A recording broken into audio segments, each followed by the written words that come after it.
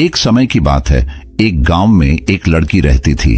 वह लड़की सुंदर नहीं थी और उसका कोई भी नहीं था। वह अकेले ही रहा करती थी। वह खुद ही मेहनत करती और अपने लिए 2 वक्त की रोटी का प्रबंध किया करती। यूं तो उसे 2 वक्त की रोटी मिल ही जाया करती, लेकिन फिर भी वह अपने आप से खुश नहीं थी। उसे दुनिया में सभी लोग सुखी नजर आते थे, सभी लोग खुशहाल नजर आते थे। उनका जीवन देखकर वह खुद को कोसा करती, खुद को तरह तरह की बातें कहती। वह कहती थी, हे ईश्वर, आपने सभी को खुशहाल बनाया है, सभी को सब दिया है, सभी को सुंदर बनाया है, तो मुझे क्यों नहीं? आखिर मैंने किया क्या था? आखिर मेरी गलती क्या थी? मैं जानती हूं आप मुझसे कोई बदला ले रहे हैं। इसी प्रकार एक दिन वह अपने आप से नाराज होकर, निराश होकर एक पेड़ के नीचे बैठी हुई थी और रो रही थी। तभी वहां से एक बौद्ध भिक्षु गुजर रहे थे। उन्होंने जब उस लड़की को रोते हुए देखा तो वह उसके पास गए और उन्होंने उस लड़की से कहा, पुत्री, क्या बात है? तुम क्यों रो रही हो? इसका जवाब देते हुए लड़की उन बौद्ध भिक्षुओं से कहती है, हे गुरुवर, मुझे कोई प्यार नहीं करता, मुझे कोई पसंद नहीं करता, क्योंकि मैं काली हूं, मैं सुंदर नहीं हूं और मेरे रंग को लेकर लोग मेरा मजाक बनाते हैं। मेरा कोई नहीं, मेरे पास तो धन भी नहीं है। इस दुनिया में हर कोई सुखी है, हर किसी के पास सब कुछ है, हर कोई अपना जीवन खुशहाली से जी रहा है, सभी के पास सब कुछ है, तो मेरे पास क्यों नहीं? आखिर मैंने क्या किया था? आखिर इसमें मेरा क्या कसूर है? क्या मुझे सुखी होने का हक नहीं? क्या मुझे अपना जीवन खुशहाली से जीने का हक नहीं? उन बौद्ध भिक्षुओं ने उस लड़की की सारी बातें ध्यानपूर्वक सुनी और कहते हैं, पुत्री, अगर तुम मुझे उस व्यक्ति से मिलवा दो जो अपने जीवन में सुखी हो, तो मैं तुम्हें एक ऐसी चीज दूंगा जिससे तुम सुंदर और सुखी दोनों बन जाओगी। यह सुनकर वह लड़की बहुत प्रसन्न हुई और कहती है, हे गुरुवर, क्या सचमुच ऐसा हो सकता है? इस पर वह बौद्ध भिक्षु कहते हैं, हाँ, यह अवश्य ही हो सकता है। तभी वह लड़की कहती है, हे गुरुवर, यदि यह सचमुच संभव है तो मैं एक ऐसे आदमी को जानती हूं जो बहुत सुखी है। मैं उसे अभी लेकर आती हूं, आप मेरा यहीं पर इंतजार करना। इतना कहकर वह लड़की वहां से भागी अपने मालिक के पास पहुंची, जो कि एक किसान था। उसने किसान से कहा, मालिक, आप मेरे साथ चलिए, मुझे एक भिक्षु मिले हैं जिन्हें मैं आपसे मिलवाना चाहती हूँ। उन्होंने कहा कि अगर मैं एक सुखी व्यक्ति को उनके पास ले जाऊंगी तो वह मुझे सुंदर और सुखी दोनों बना देंगे। उस लड़की की बात सुनकर वह किसान दुखी होकर उस लड़की से कहता है, मैं तुम्हें कहां से सुखी लगता हूं? लड़की कहती है, मालिक, आपके पास तो सब कुछ है, आपके पास घर है, अच्छा खाने के लिए है, आपका अपना परिवार है, और तो और आपके पास धन भी है, तो आप दुखी कैसे हो सकते हो? इस पर किसान कहता है, अरे मूर्ख, मेरी फसल अच्छी नहीं हो रही, इसलिए उसके दाम भी अच्छे नहीं मिल रहे हैं और राजा को लगान भी देनी है। मेरे पास तो इतने पैसे भी नहीं हैं कि मैं फिर से अच्छे किस्म के बीज खरीद सकूं, और इस बार बरसात में मेरी सारी की सारी फसल भी खराब हो गई थी। अब तो मेरे हालात और अधिक खराब हो चुके हैं और ऐसे हालातों में मैं सुखी कैसे रह सकता हूं? जाओ, किसी और को ढूंढो जो सचमुच सुखी हो। इस पर लड़की कहती है, मालिक, तो आप ही बताइए, आपके हिसाब से कौन सबसे ज्यादा सुखी है जिसे मैं अपने साथ ले जा सकूं? इस पर वह किसान कुछ देर सोच विचार कर उस लड़की से कहता है, मुझे लगता है कि व्यापारी बहुत सुखी है। उन्हें न तो फसल उगाने की चिंता है और ना ही फसलों की देख रेख करने की।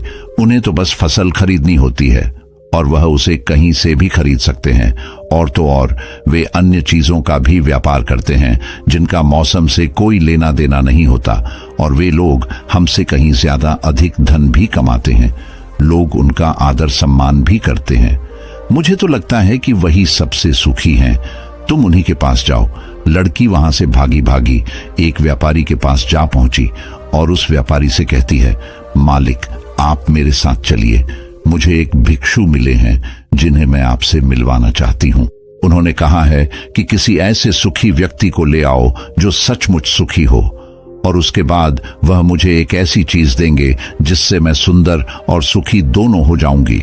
उस लड़की की यह बात सुनकर वह व्यापारी दुख भरे शब्दों में उस लड़की से कहता है, अरे हमारे जीवन में कहाँ सुख है?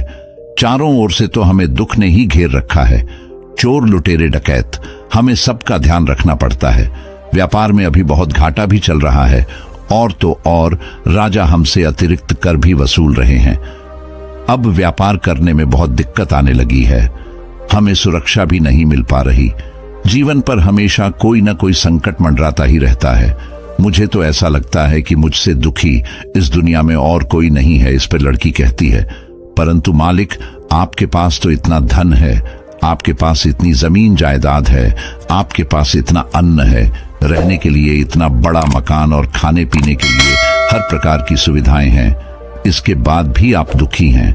बहुत अजीब सी बात है। मुझे तो लगता था कि आप बहुत सुखी होंगे। खैर, कोई बात नहीं। कृपया करके मुझे कोई ऐसा व्यक्ति बताइए जो आपके हिसाब से बहुत सुखी हो, जिसे मैं उन बौद्ध भिक्षुओं के पास ले जा सकूं। इस पर वह व्यापारी कुछ देर सोच विचार कर कहता है, मुझे लगता है कि राज्य के अधिकारी बहुत सुखी हैं। वह सीधा राज्य से संबंध रखते हैं, उनके पास अधिकार है और वह धनवान भी हैं। वह चोर लुटेरे और डकैतों से भी नहीं डरते, और वही लोग हमसे धन भी वसूलते हैं, और हमें उनके सामने उनके आदर में झुकना ही पड़ता है, और सभी लोग उनका बहुत मान सम्मान भी करते हैं। मुझे नहीं लगता कि उनके जीवन में कोई भी दुख होगा, और मुझे लगता है कि वही सबसे सुखी हैं। काश मैं भी राजा का एक अधिकारी होता तो मैं भी अपना जीवन आराम से बिता रहा होता। इस पर वह लड़की कहती है, मालिक, क्या आप किसी अधिकारी को जानते हैं? बताइए ना, आप मुझे किसी अधिकारी से मिलवा सकते हैं। मैं आपकी बहुत आभारी रहूंगी। व्यापारी को उस लड़की पर दया आ गई। उसने उस लड़की को एक अधिकारी से मिलवा दिया। लड़की ने अधिकारी से कहा, मालिक, आप मेरे साथ चलिए। मुझे एक भिक्षु मिले हैं जिन्हें मैं आपसे मिलवा चाहती हूँ। उन्होंने मुझसे कहा है कि अगर मैं एक सुखी व्यक्ति को उनसे मिलवा दूंगी तो वह मुझे एक ऐसी चीज देंगे जिससे मैं सुंदर और सुखी दोनों हो जाऊंगी। इस पर वह अधिकारी उस लड़की से कहता है, तुम्हें किसने कह दिया कि मैं सुखी हूं? अरे, मेरे जैसा दुखी व्यक्ति तो इस दुनिया में और कोई नहीं होगा। तुम्हें नहीं पता, लेकिन हम पर कितना दबाव होता है, हमारे ऊपर कितनी जिम्मेदारियां होती हैं। हमें हर एक आदेश को पूरा करना होता है, और वह आदेश भी इतनी आसानी से पूरे नहीं होते। उनके लिए हमें कितनी मुश्किलें उठानी पड़ती है, कितनी दिक्कतों का सामना करना पड़ता है। राजा कुछ भी आदेश पारित कर देते हैं और उसे हमें लागू करना पड़ता है। जनता का गुस्सा और तरह तरह की मुश्किलें, सभी परिणाम हमें ही झेलने पड़ते हैं। और तुम्हें लगता है कि मैं सुखी हूं? ऐसा कुछ भी नहीं है। अगर वह भिक्षु तुम्हें सुखी कर दे तो तुम उसे मुझे भी मिलवाना। मैं भी तो सुखी होना चाहता हूं। मुझे भी अपना जीवन खुशहाली से बिताना है। भला अधिकारी बनकर मुझे क्या मिला? रोज रोज तरह तरह की तनाव। इस पर लड़की आश्चर्य से उस अधिकारी से कहती है, मालिक, जहां तक मैं सोचती थी कि आप सबसे सुखी हैं, लेकिन आप भी सुखी नहीं लग रहे। परंतु आपको क्या लगता है, इस दुनिया में कोई ऐसा व्यक्ति है जो सबसे सुखी हो? क्या आप मुझे बता सकते हैं? मैं आपकी बहुत बहुत आभारी रहूंगी। उस लड़की की सारी बातें सुनने के बाद उस अधिकारी को उस लड़की पर दया आ गई। उस अधिकारी ने उस लड़की से कहा, देखो, मुझे तो ऐसा लगता है कि इस पूरे राज्य में केवल एकमात्र व्यक्ति ही सुखी है, और वह है इस राज्य का राजा। मुझे तो केवल वही सुखी लगते हैं। उन्हें किसी की सुननी नहीं पड़ती। वह नियम बनाते हैं, आदेश देते हैं, सुरक्षा कर्मियों से घिरे रहते हैं, और सब उनके सामने झुकते भी हैं। ना उन्हें धन की कमी है और ना जमीन जायदाद की। सारी धरती को उन्होंने जीत लिया है। वह सबके मालिक हैं, और सबसे उच्च वही है जो एकमात्र सुखी व्यक्ति हैं। काश मैं भी किसी राजा के घर पर जन्मा होता तो आज मैं भी बहुत सुखी होता। उस अधिकारी की यह सारी बातें सुनकर वह लड़की उस अधिकारी से कहती है, मालिक, आपसे एक विनती है। क्या आप मुझे एक बार राजा से मिलवा सकते हैं? कृपया कीजिए, आपका बहुत एहसान होगा। बस एक बार मुझे राजा से मिलवा दो। मैं उनसे कुछ पूछना चाहती हूँ। लड़की का चेहरा देखकर अधिकारी को लड़की पर दया आ गई। उसने कहा, चलो ठीक है, मैं अभी राजदरबार ही जा रहा हूँ। एक काम करो, तुम भी मेरे साथ ही चलो। राजदरबार पहुंचने के बाद अधिकारी की विनती करने पर राजा उस लड़की की बात सुनने के लिए तैयार हो गए, और उस लड़की को राजदरबार में बुलाया गया। वह लड़की थोड़ा घबराते हुए, थोड़ा डरते हुए राजा से कहती है, हे राजन, मैं एक संपूर्ण सुखी व्यक्ति को ढूंढ रही हूँ। मुझे एक भिक्षु मिले हैं और उन्होंने मुझसे कहा है, यदि तुम कोई ऐसा सुखी व्यक्ति मुझसे मिलवा दो तो मैं तुम्हें एक ऐसी चीज दूंगा जिससे तुम सुंदर और सुखी दोनों हो जाओगी।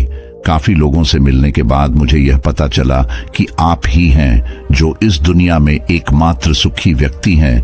तो क्या आप मेरे साथ उन भिक्षु से मिलने चलेंगे? आपका बड़ा एहसान होगा।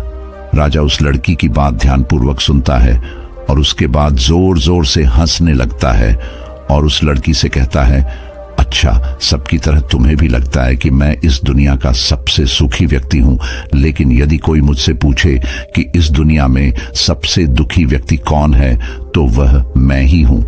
मेरे पास नींद नहीं है, मेरे पास आराम नहीं है, मैं आराम से सो नहीं पाता।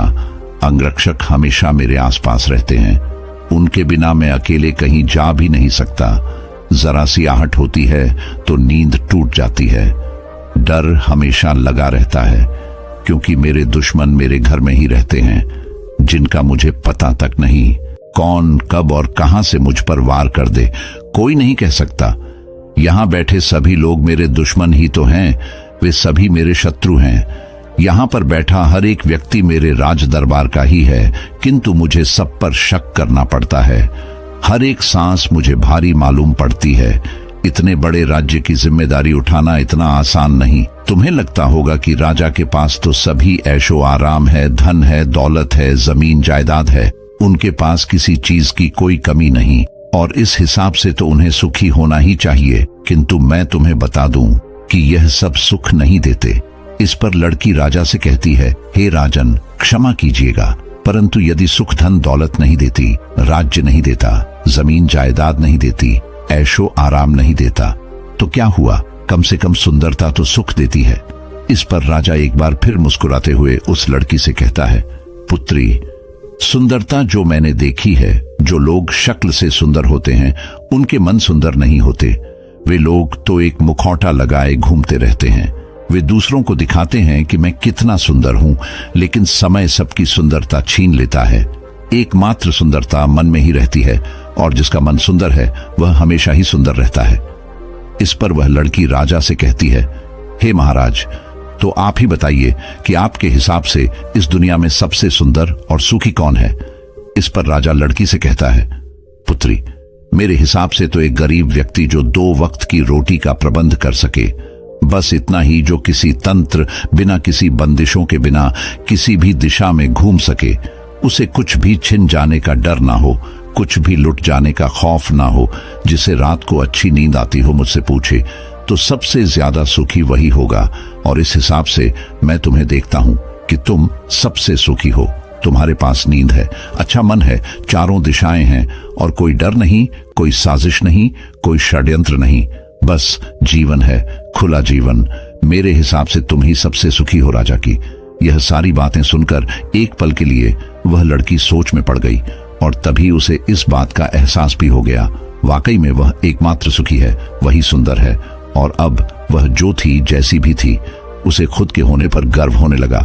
वह पूरे दिन यहां वहां भटकते हुए आखिरकार थक हार कर, लेकिन संपूर्ण सुख लिए हुए चेहरे पर मुस्कान लिए, प्रकृति से बातें करते हुए वह उन बौद्ध भिक्षुओं के पास वापस लौटी और उसने उन बौद्ध भिक्षुओं से कहा, हे गुरुवर, मैं यहां से गई थी तो मुझे लग रहा था कि मैं ही सबसे दुखी हूं और मैं ही सबसे बदसूरत, लेकिन यहां से जाने के बाद जैसे जैसे मैं लोगों से मिलती गई, मुझे ये एहसास होने लगा कि इस दुनिया में सबसे सुखी व्यक्ति तो मैं ही हूं। हाँ, ये बात और है, मैं किसी सुखी व्यक्ति को आपके पास ला ना सकी, क्योंकि मुझे लगता था कि मुझे छोड़कर सब सुखी हैं, लेकिन बात तो कुछ उल्टी ही हो गई। यहां तो मुझे छोड़कर सभी दुखी हैं। सभी को किसी ना किसी चीज का डर है, कुछ खो जाने का डर, कुछ न पाने का डर, खुलकर ना जी पाने का डर। इस हिसाब से तो मेरे पास सब कुछ है। मैं खुशी से झूम सकती हूँ, गा सकती हूँ, जहां मन करे वहां जा सकती हूँ, और 2 वक्त की रोटी का इंतजाम करने के लिए मेरे पास ये हाथ और पैर भी हैं। मुझे किसी चीज का कोई गम नहीं। मेरे पास ऐसा कुछ नहीं जिसके खोने का डर मुझे सताए। इस पर वह बौद्ध भिक्षु उस लड़की से कहते हैं, पुत्री, आखिरकार तुम्हें वे सुंदरता और सुख मिल ही गया, अब से तुम सुंदर हो। यह कहकर वह बौद्ध भिक्षु वापस अपने आश्रम लौट गए और वह लड़की भी अब जान चुकी थी कि वही सबसे सुंदर और सुखी है। अब उसे किसी बात का कोई गम नहीं था। अब उसने अपने आप को कोसना बंद कर दिया और वह अपने आप में हमेशा खुश रहती थी, हमेशा मस्त रहती थी।